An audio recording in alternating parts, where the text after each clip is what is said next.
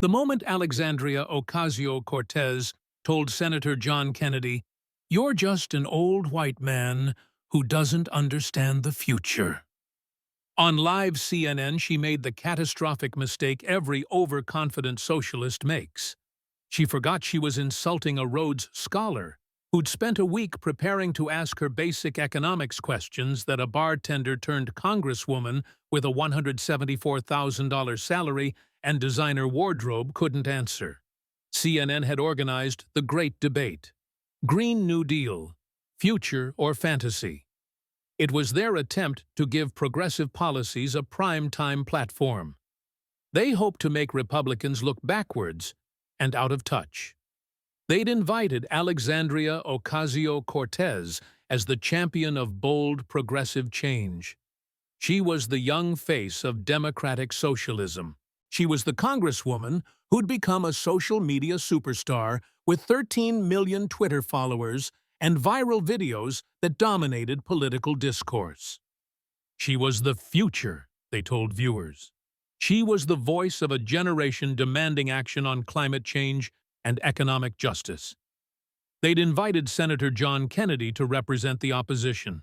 They expected him to be the perfect foil, an older Southern Republican who would, they assumed, bumble through talking points and make AOC look brilliant by comparison. CNN's producers had briefed their moderator to give AOC plenty of time to explain her vision. They wanted to let her passion shine through. They aimed to create viral moments that would trend on social media. What they didn't know, what they hadn't bothered to research because they'd been blinded by stereotypes about Southern Republicans, was that John Kennedy held a bachelor's degree with first-class honors from Vanderbilt University. He had a Juris Doctor from the University of Virginia School of Law, where he was an editor of the Virginia Law Review. He had a Bachelor of Civil Law degree from Magdalen College, Oxford University, where he'd studied as a Rhodes Scholar under some of the finest legal and economic minds in the world. Behind the aw shucks Louisiana drawl and the folksy metaphors about his mama and fishing and common sense was one of the sharpest legal and analytical minds in the United States Congress. When Kennedy said, "I'm just a simple country lawyer," he was doing exactly what great trial attorneys do, setting a trap by lowering expectations before destroying opponents with superior preparation and intellectual firepower.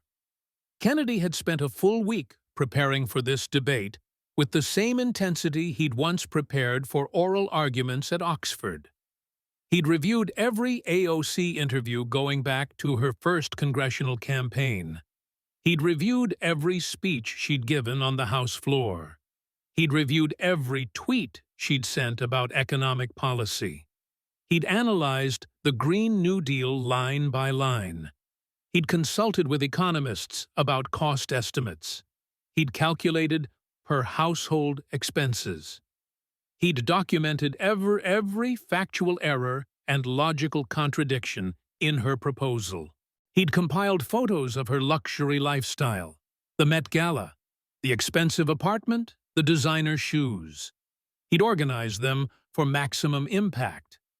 He'd cataloged her policy failures, particularly the Amazon HQ2 disaster, with specific numbers and timeline documentation.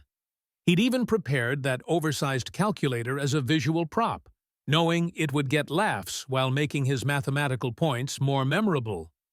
Most importantly, Kennedy had structured his entire approach around a simple strategy. Ask questions so basic that someone with an economics degree from Boston University should be able to answer them easily. Make the questions simple enough that the audience could understand why the answers mattered.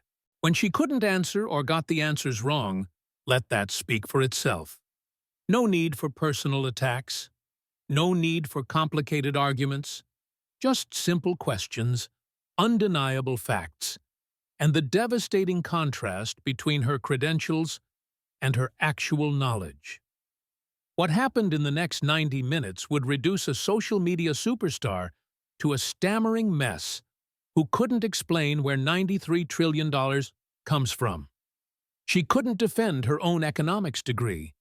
She couldn't reconcile her luxury lifestyle with her socialist rhetoric. If you've ever wanted to see what happens when a Rhodes Scholar uses kindergarten-level math to destroy someone who thinks economics is whatever sounds good on Instagram, this is it. Wait until Kennedy pulls out her luxury apartment photos at minute 34. She goes completely silent. The CNN studio in Atlanta was set up for maximum drama. 2 chairs angled toward each other on a stage, a moderator's desk between them, massive screens positioned to display evidence, and an audience of 400 people carefully selected to represent diverse political viewpoints. The crowd was roughly split. Young progressives wearing Green New Deal shirts and Democratic Socialist pins on one side, older conservatives in Don't Tread on Me gear on the other, with a section of genuinely undecided moderates in the middle. The energy in the room was electric. This wasn't just a policy debate. It was a generational clash. It was a battle between democratic socialism and traditional American capitalism. It was between Instagram politics and legislative experience. It was between viral sound bites and substantive governance. Alexandria Ocasio-Cortez arrived first to thunderous applause from her supporters. She wore an immaculate cream-colored pantsuit that probably cost more than most Americans' monthly rent. Her hair and makeup were professionally done. She looked every inch the social media star she'd become. She waved to the cameras with practiced influencer precision. She smiled that bright smile that had launched 1,000 viral videos. She settled into her chair with the confidence of someone who'd never been seriously challenged on live television by an opponent who actually knew economics. Senator John Kennedy walked out 2 minutes later to equally loud applause from his section and polite acknowledgement from others. At 72 years old, with his white hair, reading glasses hanging from a chain, and light blue suit that looked like it came from a regional department store, he appeared exactly as CNN had hoped, the perfect stereotype of an out-of-touch older Republican. He waved in a grandfatherly way. He nodded at both sections of the audience. He settled into his chair with a warm smile. The moderator, Jake Tapper, began his introduction about the importance of discussing America's economic and environmental future. AOC looked eager, ready to launch into her prepared talking points. Kennedy looked relaxed, almost amused, like someone who knew a very good joke that nobody else had heard yet. "Congresswoman Ocasio-Cortez," Jake began, "let's start with you. Why do you believe the Green New Deal represents the future America needs?" AOC launched immediately into her well-rehearsed speech. "Thank you, Jake. The Green New Deal is about recognizing that we face an existential crisis. Climate change isn't some distant threat. It's happening now. And we need bold, transformative action, not incremental changes, but a complete reimagining of our economy that creates millions of jobs while saving our planet." She turned to face Kennedy, her voice becoming more confrontational.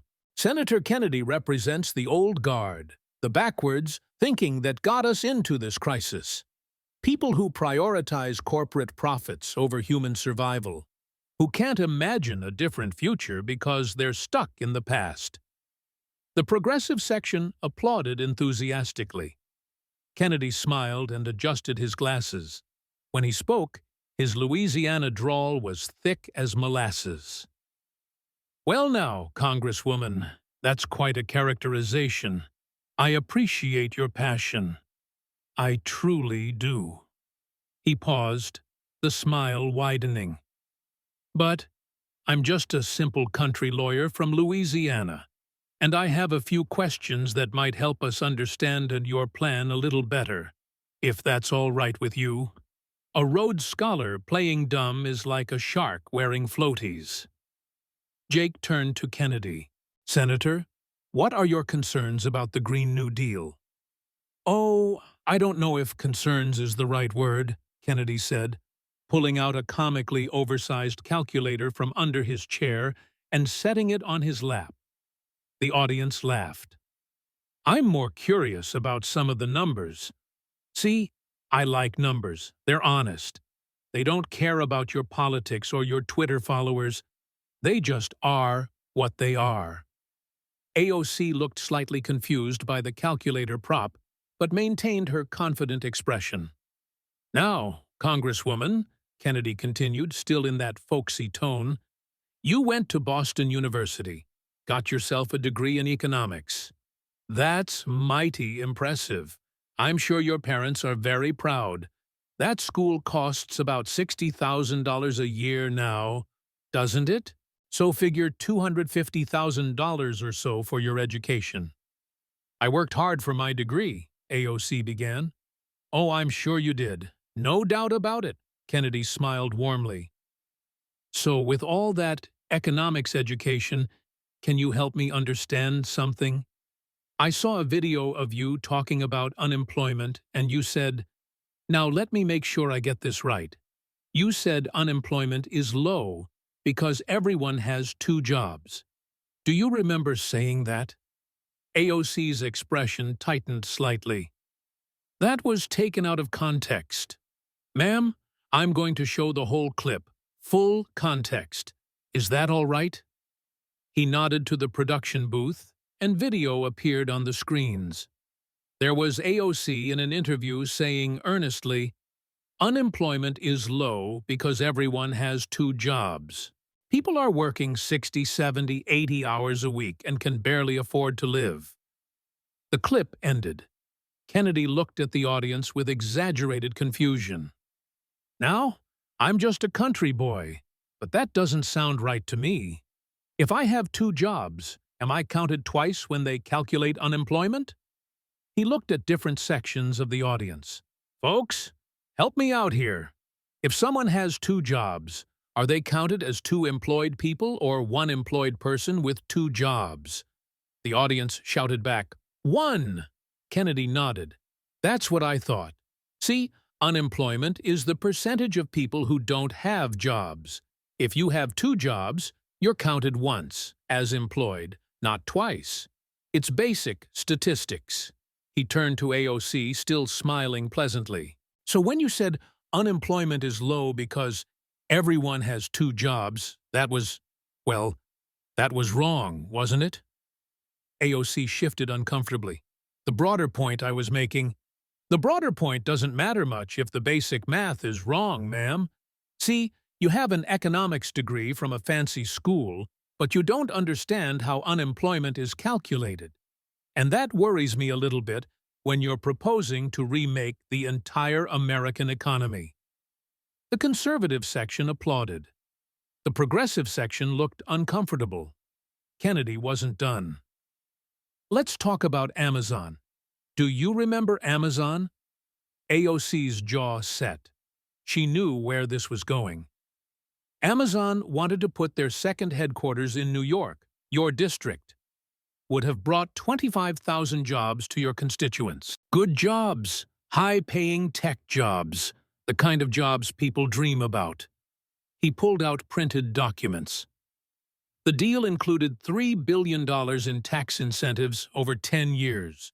But Amazon was going to generate $27 billion in revenue for New York over that same period.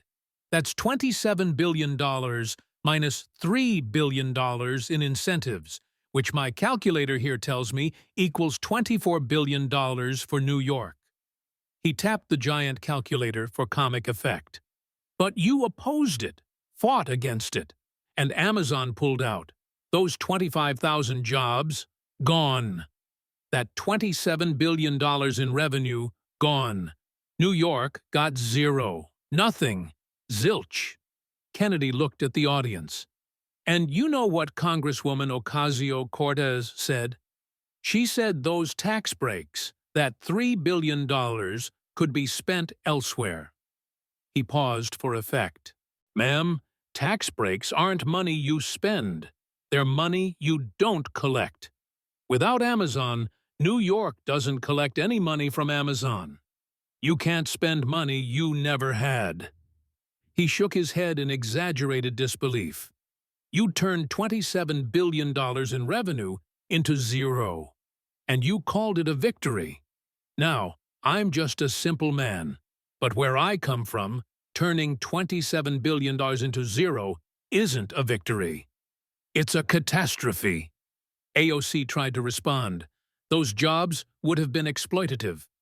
Exploitative? Kennedy's eyebrows shot up. They were going to pay an average of $150,000 a year, ma'am. I think most folks would like to be exploited at $150,000 a year. The audience laughed, even some in the progressive section. Kennedy sat back, still smiling his grandfatherly smile. See, this is what worries me. You have an economics degree, but you don't understand unemployment statistics. You don't understand tax incentives versus government spending. You cost your district 25,000 jobs because you didn't understand basic economics. He looked directly at her. And now you want to remake the entire American economy with a $93 trillion plan. Should we be worried? I think maybe we should. She has an economics degree but thinks people with 2 jobs count twice. Comment bartender if you see the problem. Jake Tapper tried to move the discussion forward. Congresswoman, let's talk about the specifics of the Green New Deal. Yes, let's, Kennedy interrupted enthusiastically, hefting his giant calculator. I've been looking forward to this part. Nothing says, I did my homework, like props that make your opponent nervous. AOC launched into her explanation. The Green New Deal will create millions of jobs by transforming our energy infrastructure, retrofitting buildings, investing in public transportation. How much will it cost? Kennedy interrupted gently. The investment will pay for itself through, how much, ma'am? Total cost. The estimates vary depending on $93 trillion, Kennedy said flatly.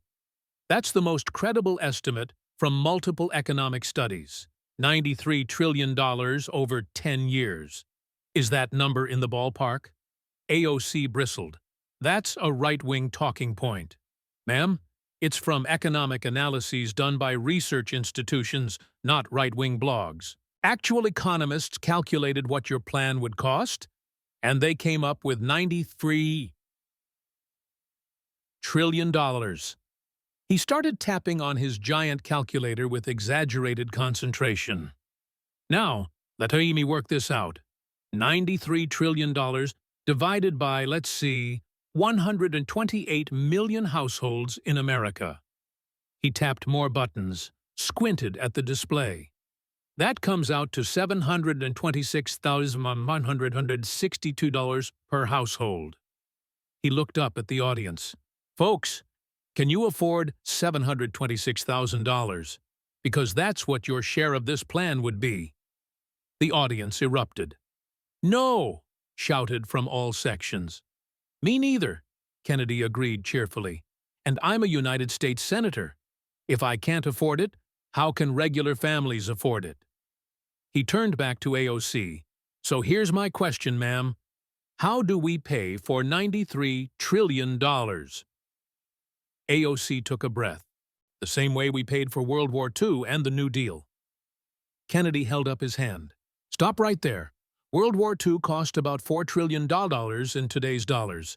Your plan costs $93 trillion. That's 23 times more expensive than defeating Hitler and Imperial Japan combined. He let that sink in.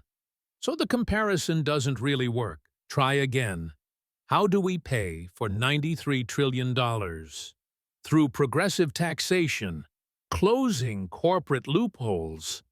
Specific numbers, please, Kennedy pressed. Let me help you. If we taxed every billionaire in America at 100%, took all their money, we'd get about $5 trillion. That leaves $88 trillion. Where does that come from? AOC fumbled. We would need to restructure. If we taxed everyone making over $100,000 a year at 100%, took every penny they make, we still couldn't pay for it. We'd need to tax the middle class into poverty. Is that your plan? That's not, Then what is the plan? You wrote this proposal. You champion it.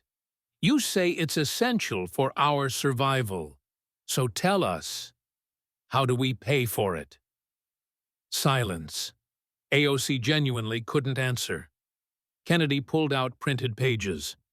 Your office published a FAQ about the Green New Deal.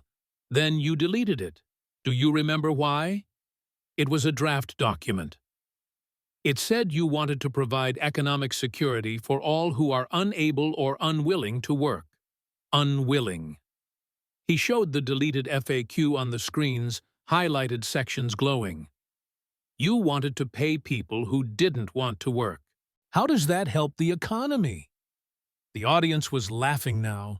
Even some AOC supporters looked shocked. And it mentioned, I'm not making this up, it worried about farting cows. Actual quote, we set a goal to get to net zero rather than zero emissions in 10 years because we aren't sure that we'll be able to fully get rid of farting cows. The laughter was deafening. And you wanted to build out high-speed rail at a scale where air travel stops becoming necessary. You wanted to eliminate airplanes. Kennedy looked at the audience. How do we get to Hawaii? Swim really fast? Train across the ocean?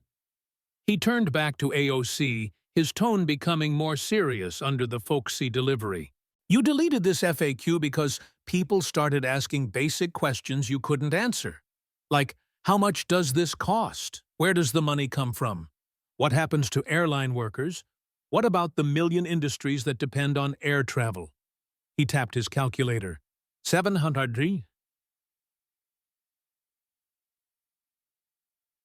per household. Elimination of air travel. Economic security for people unwilling to work.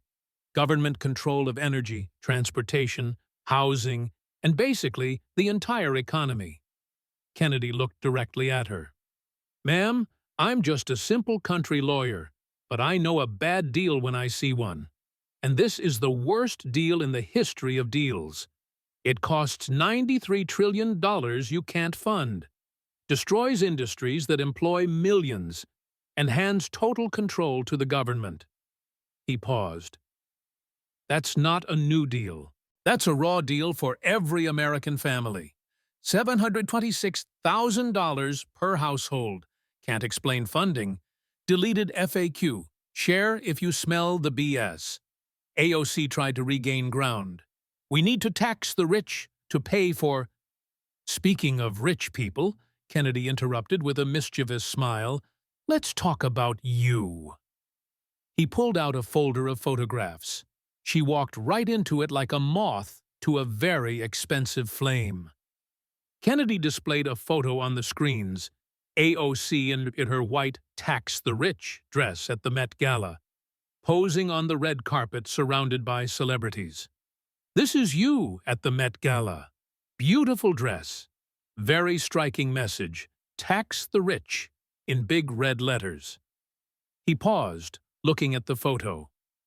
Ticket price to attend the Met Gala, $35,000. The audience gasped.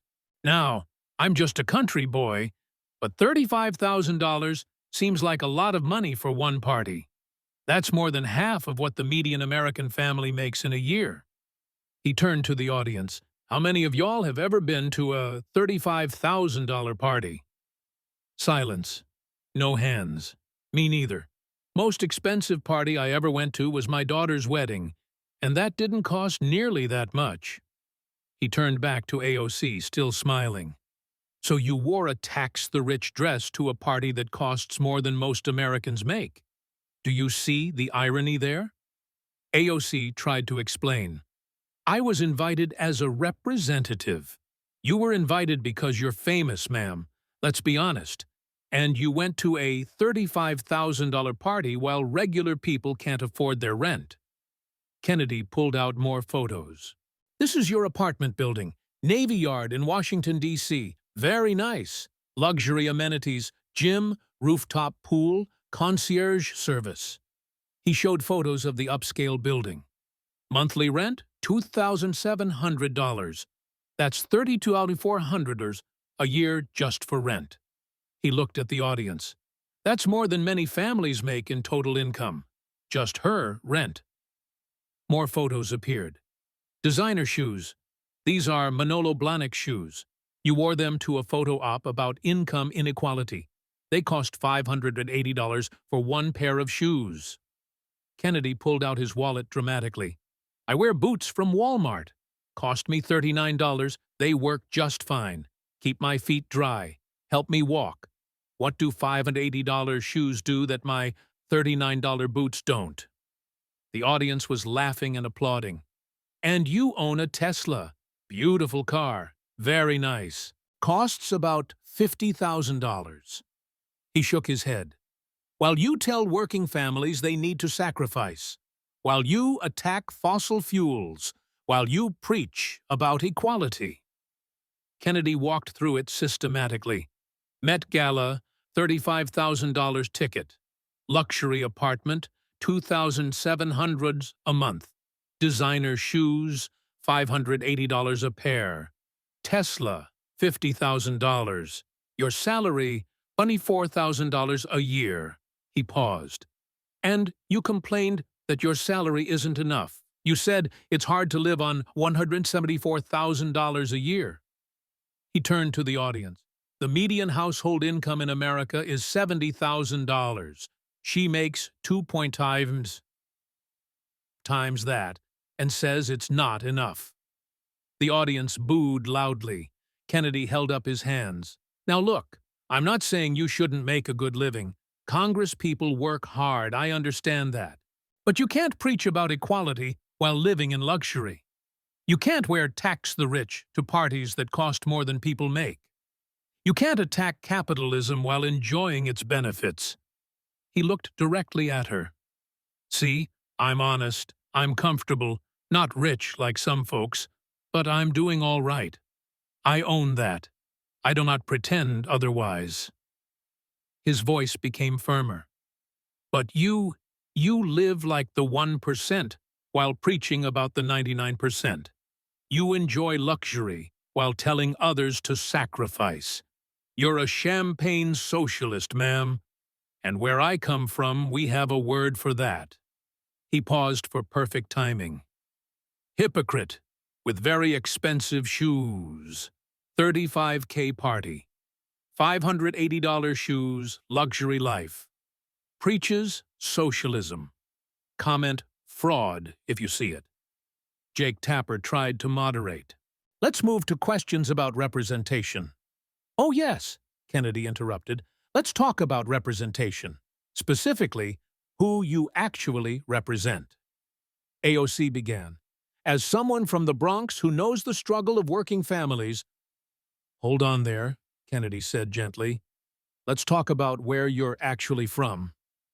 He displayed a map on the screens. In reality, the Bronx is about 10 miles from Westchester. In every way that matters, about 1 million miles. Kennedy pointed at the map. This is the Bronx. Median household income, $40,000. Poverty rate, 25%. Working class neighborhood, real struggle. He moved his pointer. And this is Yorktown Heights, Westchester County, where you actually grew up. Photos of Yorktown Heights appeared. Beautiful suburban homes, tree-lined streets, well-manicured lawns, excellent schools. Median household income in Yorktown Heights, $96,000. Median home value, $450,000. Top-rated public schools, one of the wealthiest counties in America. He looked at AOC. You say you're from the Bronx, but you grew up here, in wealthy Westchester. Wait, AOC tried to explain. My family moved when I was 5. So you grew up in a wealthy suburb, not the struggling Bronx, you claim. Kennedy pulled out more documents. Your daddy was an architect. Good profession. Made good money. Your mother worked in real estate. Also good money. He showed photos of a nice suburban home. This is where you grew up. Not a struggling urban environment, a comfortable suburban home in one of the wealthiest areas in America. More photos appeared. Boston University. You went to Boston University. Costs about $60,000 a year. Now figure $250,000 for your degree. Most working-class families can't afford that, but yours could. Kennedy's tone became more pointed. You bartended for a while after college. Lots of people do that, finding yourself, figuring out your path. That's fine, but you act like you were barely surviving. He shook his head. You had a degree from an expensive university. You chose to bartend. That's not struggle. That's a privileged person taking time to find themselves.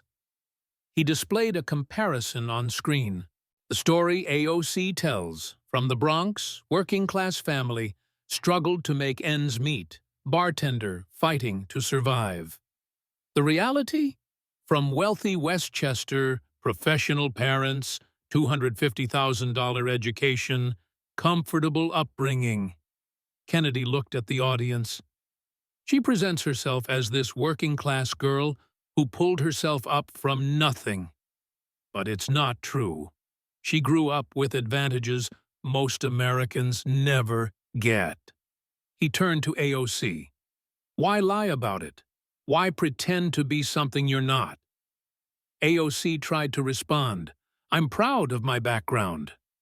Then be honest about it. You're from Westchester, not the Bronx. Your family was comfortable, not struggling. You went to an expensive school, not community college. Kennedy's voice rose slightly, the Southern drawl carrying an edge.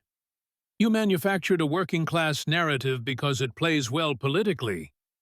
Girl from the Bronx makes good. It's good branding, good for Instagram, good for fundraising. He paused. But it's not true. And lying about where you're from, lying about your background, that's insulting to people who actually struggled. He gestured to the audience. There are people in this room who grew up truly poor, who worked 3 jobs just to eat, who couldn't dream of going to college, and you pretend you were one of them when you weren't. His final line was delivered with quiet intensity. You're not representing working people, ma'am. You're pretending to be them. And that's worse than just being rich. At least rich people who admit it are honest. Grew up wealthy. Went to 60K school. Fake's Bronx story. Share if you're tired of the lies. Kennedy flipped to a new section of his materials. Let's talk about your grandmother in Puerto Rico. AOC's expression changed immediately. She knew this wouldn't be good. Using family for political points, then abandoning them. Even socialists should have limits. After Hurricane Maria, you posted about your grandmother's home.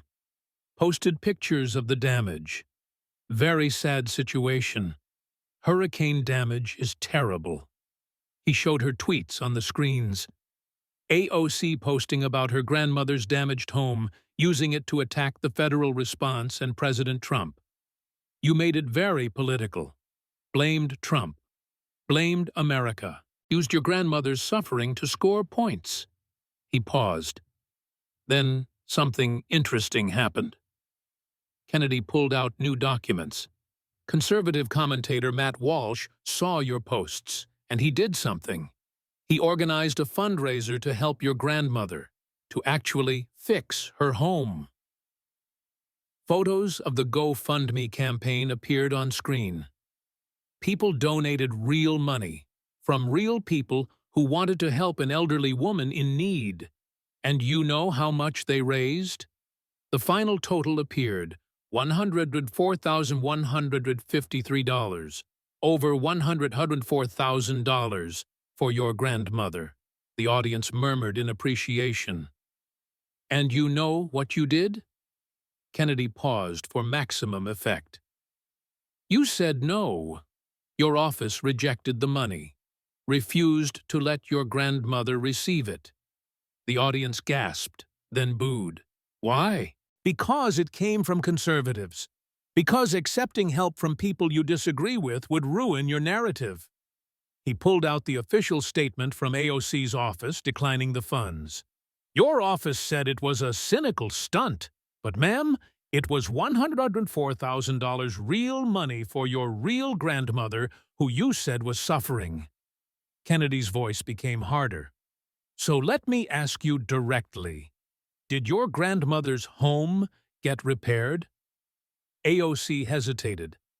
I'm not certain of the current status. You don't know? That's your grandmother. I don't have direct oversight of... Did the money you raised off her suffering help her, or did it go into general funds? Silence. Kennedy shook his head slowly. Let me tell you something, ma'am. I'm from Louisiana. We take care of family. When someone's in need, you help them. You don't care about politics. You don't care who's offering the help. He pointed at the fundraiser total on the screen, $104,000, from people you've probably called racist, from conservatives you've attacked.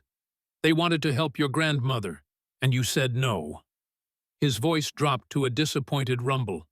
You used your grandmother's suffering to attack Trump, to make political points, to go viral on social media. But when people tried to actually help her, when real assistance was offered, you rejected it. He looked directly at her. Because your politics were more important than her welfare. Your brand was more important than her home. Your social media narrative was more important than your own grandmother. The judgment in his voice was palpable. Where I come from, family comes first, always. Before politics, before social media, before everything. He paused. But for you, Instagram likes come first. Trending on Twitter comes first. Your political brand comes first. Kennedy's final line was delivered with quiet disgust. That's not just hypocritical, ma'am. That's heartless. Rejected $104K for grandma for political reasons. Comment heartless if this disgusts you. Jake Tapper, looking somewhat shell-shocked, tried one more time to moderate. Congresswoman, you've cited your work in Congress. Let's review that work. Kennedy said, pulling out a notably thin folder. He held it up for the audience to see. This is my research on Congresswoman Ocasio-Cortez's legislative accomplishments. He opened the folder dramatically. One single sheet of paper inside. A Rhodes Scholar with an empty folder. That's intentional comedy. In 3 years in Congress, let me count your major legislative achievements that became law. He pretended to count carefully. 0. Is that right? AOC tried to interrupt. I've introduced important legislation. Introduced, not passed. There's a big difference, ma'am. Anyone can introduce bills. Actually getting them passed, that takes work. Kennedy pulled out a printed list. The Green New Deal, introduced with great fanfare. Failed in the Senate 0-57. Not even Democrats voted for it. He checked it off. Your legislative proposals, introduced, not passed. Introduced, not passed. Introduced, not passed. He looked up. What have you actually accomplished besides Twitter? AOC tried to list initiatives. Kennedy cut through each one. Not funded, not passed. Blocked in committee. Rejected by leadership. Went nowhere. Kennedy sat down the paper. You have 13 million Twitter followers. Very impressive. You're great at Instagram, at TikTok, at going viral. He paused. But what have you done for your actual constituents? What jobs have you created? What problems have you solved? He pulled out statistics. Amazon, you chased away 25,000 jobs. That's negative job creation. Green New Deal. 0 votes in the Senate. Major legislation. Nothing passed. Committee leadership. None. Policy victories. Can't find any. Kennedy looked at the audience. Social media followers don't fix roads. Instagram likes don't create jobs. Twitter trends don't improve schools. He turned to AOC. You're an influencer who got elected, and I'm sure you're very good at social media. But being a congresswoman isn't about going viral. It's about governance, results, actually helping people. Kennedy pulled out his own record, printed legislation he'd passed, projects funded in Louisiana, actual results. I've been in the Senate 6 years. I've passed legislation, secured funding for infrastructure, helped Louisiana businesses, brought jobs home, fixed problems. He held up his much thicker folder. That's what governing looks like. Not retweets, not Instagram stories, actual work. He looked directly at AOC. You're all style and no substance, all brand and no results, all social media and no actual governance. His final assessment was devastating. You're not a legislator. You're an influencer who got elected. And your constituents, the real people you're supposed to represent, they deserve better than selfies and socialism. Followers, zero major legislation, just tweets. Share if you want real leaders, not influencers. Jake Tapper, recognizing they were in the final minutes, tried to move to closing statements. Let's give each of you a chance for final. Actually, Jake, if you don't mind, Kennedy interrupted politely, I have one more thing. A little quiz for the Congresswoman. She has an economics degree, after all. Let's see what she learned. Kennedy pulled out a notepad. Just simple questions. Basic economics. Shouldn't be hard for someone who went to Boston University and studied economics for 4 years. He smiled at AOC. Ready? Question 1. How is unemployment calculated? AOC began carefully. It's the percentage of people in the workforce who don't have jobs. Correct, Kennedy beamed. So, if someone has 2 jobs, they're counted how many times in the unemployment rate? Once. Exactly, once. So when you said unemployment is low because everyone has 2 jobs, that was silence. Wrong. That was wrong. Fundamentally, mathematically wrong. Yes or no? Yes. Thank you for your honesty. To question 2. Tax incentives. Are they money the government spends or money the government chooses not to collect? AOC shifted uncomfortably. It's complicated. No, ma'am. It's actually very simple. Which is it? Money not collected. Right. So when you said Amazon's tax breaks were money that could be spent elsewhere, that was a misstatement. A $27 billion misstatement. But we'll call it a learning moment. Question 3. Your Green New Deal costs $93 trillion. How do we pay for it? AOC launched into talking points. Through progressive taxation and restructuring. Specific numbers, please. We tax all billionaires at 100%. We get $5 trillion. That leaves $88 trillion. Where does it come from? She couldn't answer. If we tax everyone making over $100,000 at 100%, take every penny, we still couldn't pay for it. Yes or no? The analysis would need to... Yes or no? Yes. And so your plan costs $93 trillion, and you can't explain how to fund it. Is that accurate? Long pause. The funding mechanisms would need to be developed. Kennedy let that hang in the air. You wrote it. You champion it. You say it's essential to save the planet. But you can't fund it. He turned to the audience. Folks, this woman has, he counted on his fingers, an economics degree she doesn't understand. A working-class story that's fake. A $93 trillion plan with no funding. A luxury lifestyle while preaching socialism. 0 major legislative accomplishments. And 13 million Twitter followers. The audience was riveted. The verdict? Kennedy's voice became more serious. the folksy delivery dropping slightly to reveal the Rhodes Scholar underneath.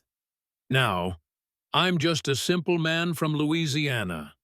Went to school, learned some things, practiced law, tried to serve my state with honor. He paused. And I can tell you this with certainty. Economics isn't about feelings or good intentions. It's about math, numbers, reality. He looked at AOC.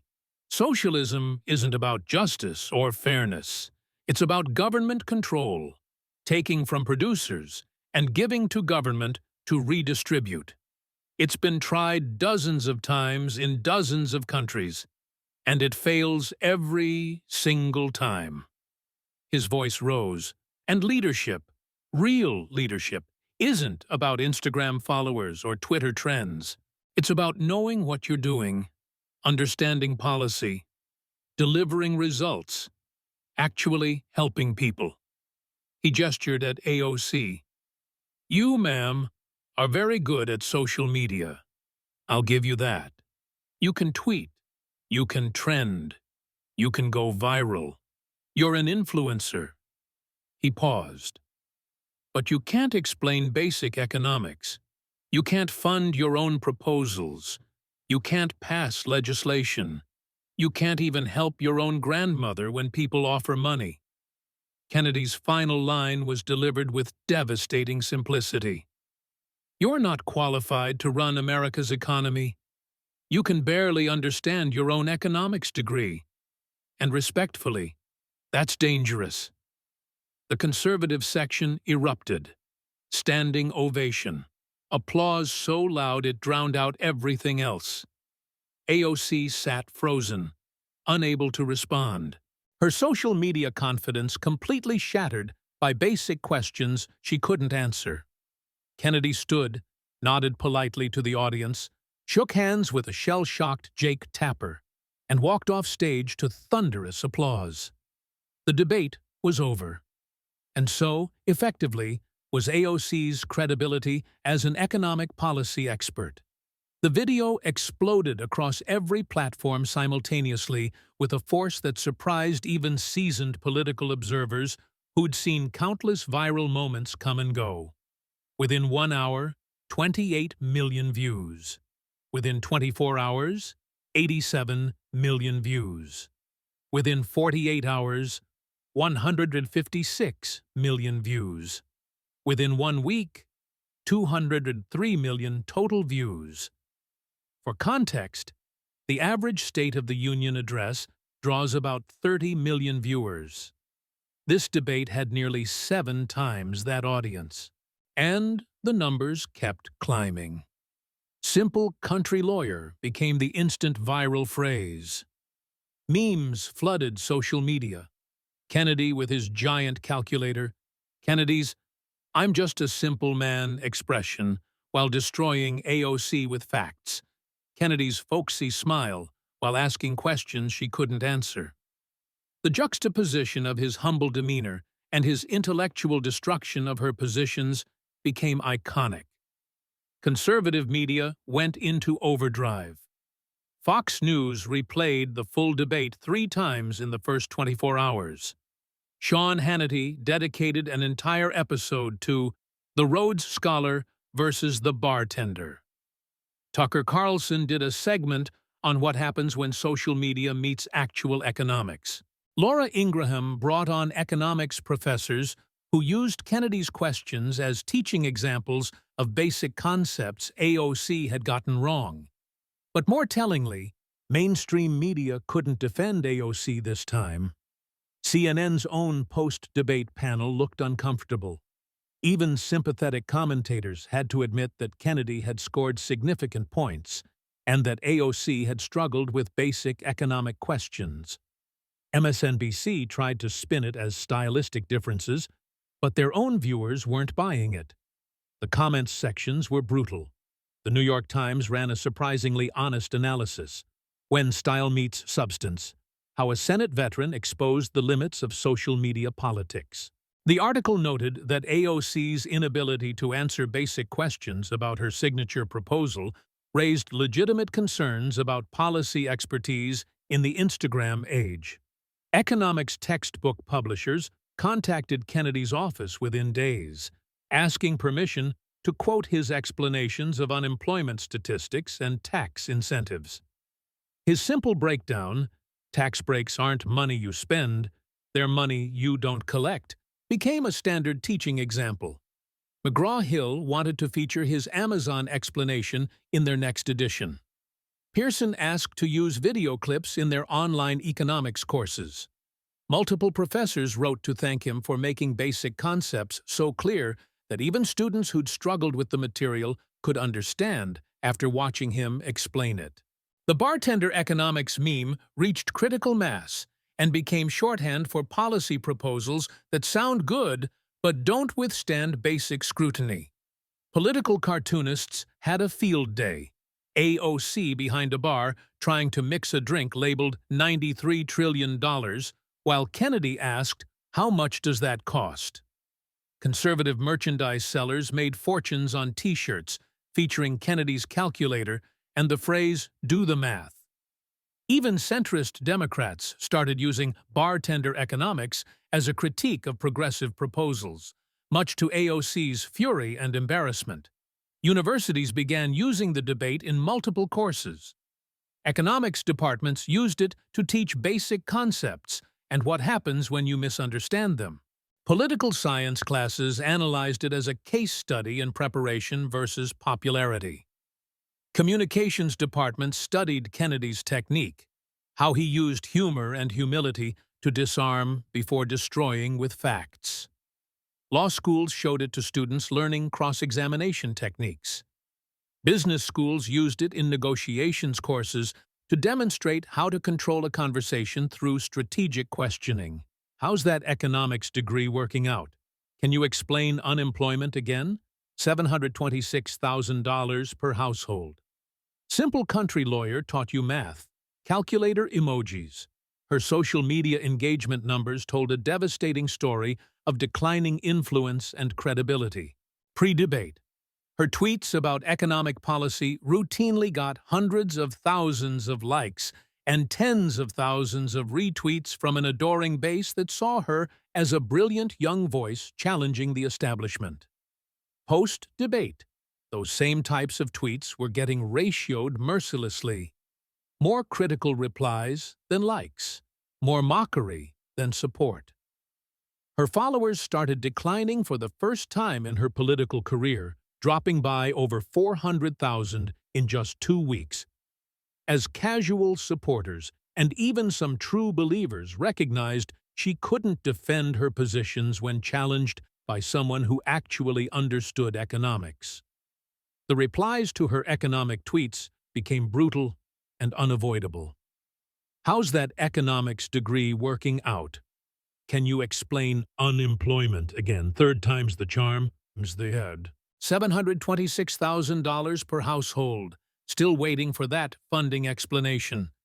Simple Country Lawyer taught you more than Boston University did. Ask your grandma if she got that 104K yet. Calculator emojis by the thousands. Even her supporters couldn't defend her anymore. The debate had been too clear, too public, too undeniable. You could spin a lot of things in politics, but you couldn't spin basic math or the inability to answer simple questions about your own signature proposal. Kennedy, meanwhile, saw his profile elevated to a new level. He'd always been respected in the Senate for his intelligence and wit. But now he became a national figure. Speaking invitations flooded his office from universities, business groups, and civic organizations, all wanting the simple country lawyer who destroyed AOC. His social media following tripled. Young conservatives started wearing "Do the Math" T-shirts with his face on them. Political consultants began advising Republican candidates nationwide. Study the Kennedy debate. Learn his technique. Be humble, be folksy, but know your facts absolutely cold. That's how you win. The political consequences came swiftly. Within 1 week, a moderate Democrat announced a primary challenge in her district. The challenger's announcement video featured clips from the debate. Our district deserves representation that understands economics, not just Instagram. We need solutions, not socialism. We need substance, not selfies. His first 48-hour fundraising, $2.3 million. Democratic leadership, which had tolerated AOC's social media antics while she was popular, began openly distancing themselves. Nancy Pelosi, when asked about the debate, gave a cutting assessment. Members of Congress should understand basic economics before proposing to remake the American economy. Chuck Schumer was even more direct. If you can't explain how to fund a proposal, you shouldn't be proposing it. That's Governing 101. Progressive allies tried to defend her, but their arguments fell flat. Kennedy was condescending, didn't work when he'd been unfailingly polite. He ambushed her, failed because all his questions were about her own positions. It was a setup. Couldn't explain why someone with an economics degree couldn't explain economics. The Green New Deal, already struggling politically, became completely toxic. Moderate Democrats, who'd given it lip service, immediately backed away. After seeing that debate, I have serious questions about the proposal's viability, became the standard response. Polling in AOC's district showed devastating shifts. Approval rating dropped from 54% to 31% in 2 weeks. Understands economics, down from 48%, 19%. Ready for higher office, collapsed from 52% to 23%. Primary challenge head-to-head, trailing by 12 points. Universities rescinded speaking invitations. Economic policy conferences removed her from panels. She'd gone from being treated as a serious policy voice to being seen as a social media personality who'd been exposed. 3 months after the debate, several interesting developments occurred. The economics department at Boston University quietly added Kennedy's debate performance to their Common Economic Misconceptions course materials, using it to teach students what happens when you don't understand basic concepts. AOC's legislative output dropped to nearly zero. Having been publicly humiliated about her lack of accomplishments, she tried to introduce new bills, but Kennedy's criticisms had made her toxic. No senior Democrats would co-sponsor anything associated with her. The simple country lawyer routine became legendary. Political consultants began advising Republican candidates, "Be humble, be folksy, but know your facts cold." The Kennedy model works. Kennedy himself rarely mentioned the debate. When asked at Louisiana events, he'd smile and say, "I just asked some questions. Basic questions. If you're going to propose remaking America's economy, you should be able to answer basic questions. That's all." But privately, his staff reported that his Senate colleagues, Republicans and Democrats alike, had gained new respect for his preparation and debate skills. When Kennedy asked to question witnesses in committee hearings, people paid attention now. Everyone had seen what happened when he played dumb before destroying someone with facts. 1 year after the debate, in a development that shocked few political observers who'd watched her credibility collapse, AOC announced she would not seek re-election to Congress. The official statement, read in a shaky voice at a sparsely attended press conference, mentioned pursuing other opportunities to advance progressive values outside of elected office and thanked her supporters for their passion and commitment to justice. Political insiders knew the real story behind the carefully worded statement. She'd been destroyed by a Rhodes Scholar playing a country bumpkin, exposed as an influencer masquerading as a policy expert. And she'd never recovered from that public intellectual humiliation. The polls showed her trailing badly in her own primary. Major donors had abandoned her. Party leadership wanted her gone. She was getting out before the ultimate embarrassment of losing her seat to a moderate challenger. the moderate Democrat who'd challenged her, riding a wave of voter frustration with social media politics and empty socialist rhetoric, won the primary with a crushing 67% of the vote. In his victory speech, he thanked voters for choosing substance over social media, results over rhetoric, basic economics over Instagram socialism, and leaders who can actually answer questions about their own proposals. The line got a standing ovation from a district that had finally had enough of being represented by someone who cared more about Twitter trends than actual legislation. Kennedy's debate performance became required viewing in political communication courses. The Kennedy method entered the political lexicon. Disarm with humility, then destroy with facts. Seem simple while being brilliant. Make complex issues understandable, and always know your material better than your opponent. This wasn't just a debate.